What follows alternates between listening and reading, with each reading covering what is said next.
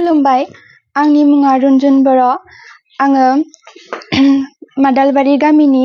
आंनि आफानि मुङा बासिराम बर' आरो आंनि आइनि मुङा साबित्रि बर'। मिथिनो मोनदों नोङो define India mega grand beauty पेजेन्टआव सेसन 2 आव देरहासार जानो हादों। औ, आङो थांनाय 11 जुलाइआव गुवाहाटीआव खुंजानाय मिस डिफाइन इन्डिया रुक्मणी अडिट'रियाम हलावहाय आङो बेवहाय नेशनेल उइनार मासिखौ आवग्रिनो हादों।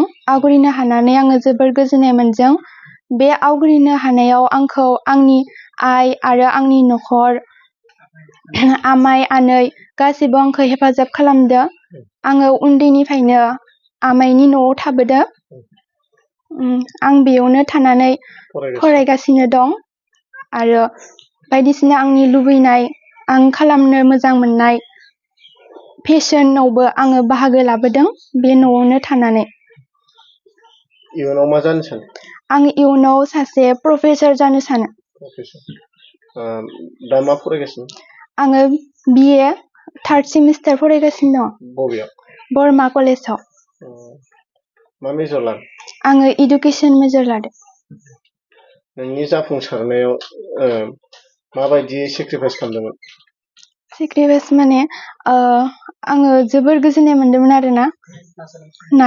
आं जेसेबां खस्थ' होनानै आं नाजाथाबदोंमोन बेखौ आं मोननानै गोसोजों जोबोर गोजोननाय मोन्दोंमोन आरो। बे लामासिम लांनायाव सोरनि अबदान दं? बे लामासिम लांनायाव गिबियावनो आंनि आइनि आरो आंनि नखरनि आमाइयानि। बे लाइनाव थांनोबा माबायदि इन्टारभिउ होनांगौ? फार्स्टआव आङो जेनेबा कलेज स्कुलफोराव खालामग्रोनांगो। बेनि उनाव डिस्ट्रिक्टआव खालामबा मोजां जायो। बेनि उनाव जोङो स्टेटआव थांनो हायो आरो। दा नैबे स्टेट लेभेलाव देरहानो हादों? National level. फंबाय बिनानावमोनसिम मा थुलुंगा होनो सानो? आं फंबाय बिनानावमोनखौ बेखौनो बुंनो सानोदि गासैयावबो जेनेबा फेशनानो जा खायसे खामानियाव मोजां गाज्रि गासैयावबो थाखायो। बेनिखायनो जेन जोङो मोजां लामाजों थांनानै गावखौ देरहाहोनो हायो आरो बेफोरबायदिनो खस्थ'जों थांनानै जाफुंसार जानो हायो।